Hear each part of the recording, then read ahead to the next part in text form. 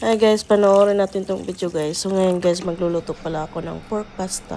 So ang una kong ginawa guys, pinakuluan ko muna yung ground pork hanggang uubos yung tubig, hanggang mag-dry, yung maganito na yung tsura. Then nagprito na din ako ng mga lamas, then binuhos ko na din yung mga ground pork.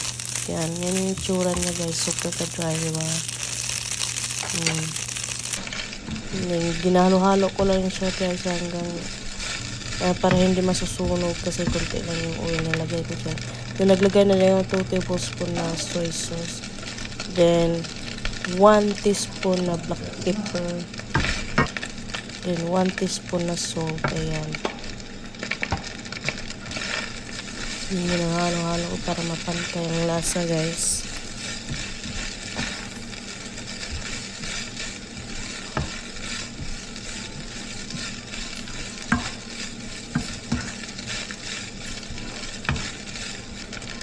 Then, naglagay pala ako ng Heinz tomato sauce, guys. Heinz tomato sauce lang yung ginamit ko, guys. Para, ano lang siya. Hindi siya matamis. Then, naglagay din pala ako ng kunting Knorr cubes dito. Chicken Knorr cubes. So, ngayon, guys, magpakulok muna tayo ng pasta dyan. Ayan. Nilagyan ko pala ng oil at saka asin para hindi magdikit-dikit. Ayan. So, ibubuhos na natin dito sa sauce natin yung pasta natin. Ayan.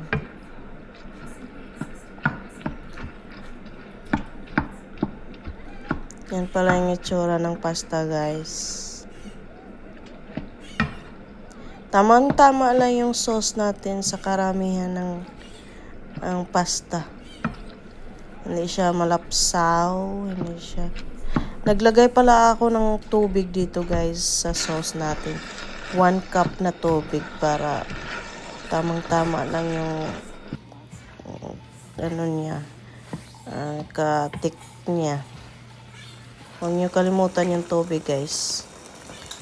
Hindi ko pala na-capture yung paglagay ko sa tubig dito. Ayan, maglagay na tayo sa plato para tikman natin. Ganyan yung tsura guys. Oh. Then maglagay din pala ako ng cheese dito. Ayan. Then tikman na natin yan guys. Ayan. Masarap naman siya guys. Sarap. Sakto lang yung lasa niya guys.